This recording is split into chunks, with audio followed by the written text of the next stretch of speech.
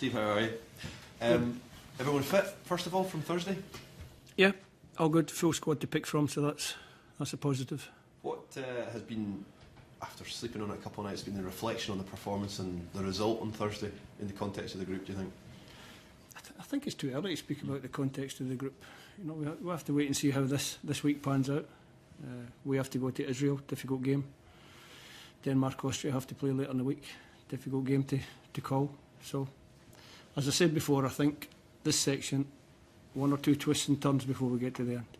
You're now about to play Israel for the fourth time this season. Is there anything new that you're expecting from them, and is there anything different that you intend to do yourself? No, I think it'll be a similar game to previous games, tight. I think both teams are evenly matched. We respect the Israelis a lot. I think they're a good team. I think they have threats in key areas of the pitch, specifically up front. We have to defend well, and obviously we have to find a way to score goals.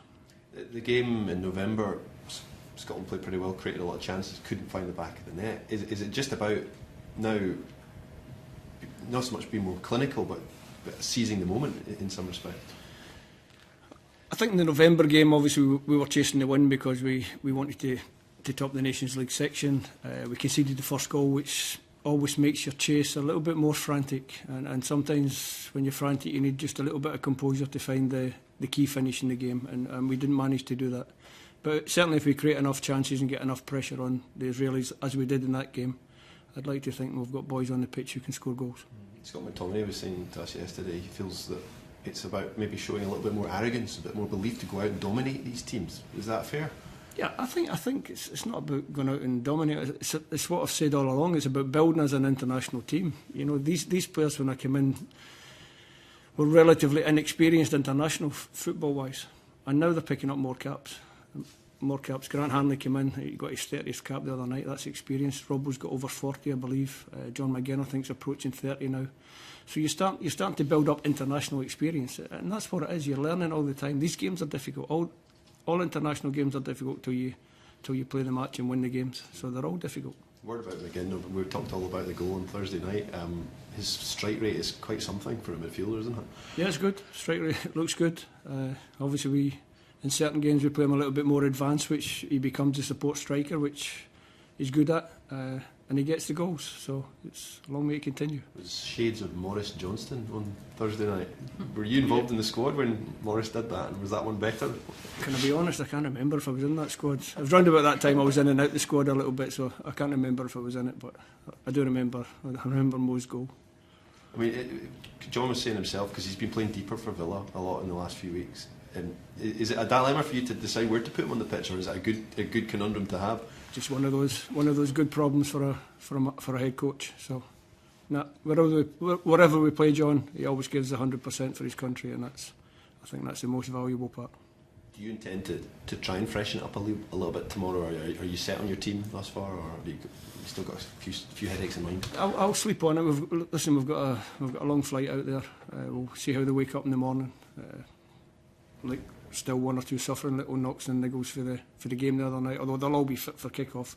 We'll just see how they are. We'll gauge the feeling. At this time you don't try to read too far ahead. We'll see how we wake up tomorrow, and then we'll go for there. Would you be inclined, Steve, not to change too much, especially with that back three, because that relationship looked like it was, more than decent, and will only get better if they play together more, I guess? Yeah, there's always a case for keeping the same and learning about each other, working with each other, and there's also the case that you might need one or two fresh legs in the team, so that's something that we're going to decide on after we've had a little sleep. But no, it's obviously defensively, the more people play together, the better the relationship, the better their understanding.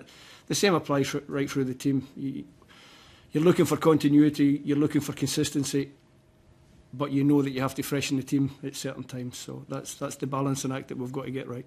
When you reflect on what a lot of the fans were saying, they were getting really excited about a lot of players. You like how impressive McTominay was, obviously the John McGinn goal, etc. Can you also get excited? Obviously you're the manager, but you're a fan as well. Can you let yourself get excited about the potential that you see in the squad? I'm not allowed to get excited. Listen, I just stay calm, measured. Try and do the best for the team. Try and pick the right team at the right time. Try and put the players in that I think can affect the game. I think I've said before, I think it's an international squad that's grown well together. Obviously, we're going to have to pick up in this campaign 2 or 3 key results that will just give us that little boost and give us a little bit more confidence, belief. Scott McTominay spoke about belief and arrogance. It's not arrogance in a bad way. It's a good way where we want to go and believe that every time we go to the pitch, we've got a chance to win the game. That's what we're trying to build. And I guess Scott McTominay, others as well, they kind of bring that from club level, do they? That kind of belief and arrogance, if you like. No, the belief comes from the way they perform for their clubs, but it also comes from the way that they perform when they get together. Basically, over the last year, the results and the positivity around the international squad has been much better, certainly much better than it was when I took over.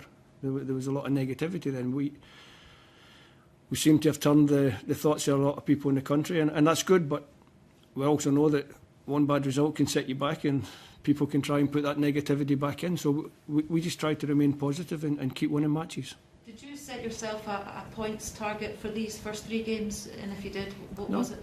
No, because I think it's too early in like I said before, if the section's going to be, I think, a little bit unpredictable. You set yourself a points target and you don't reach it, you disappoint yourself. So it's better just to take each game at a time and get the points that you can get out of that game. For this game, are you thinking that you can't afford to lose it? Would that be fair? I'm really thinking I want to go and play well, and the team to play well, and if we play well, I believe that can be good enough to get us a positive result.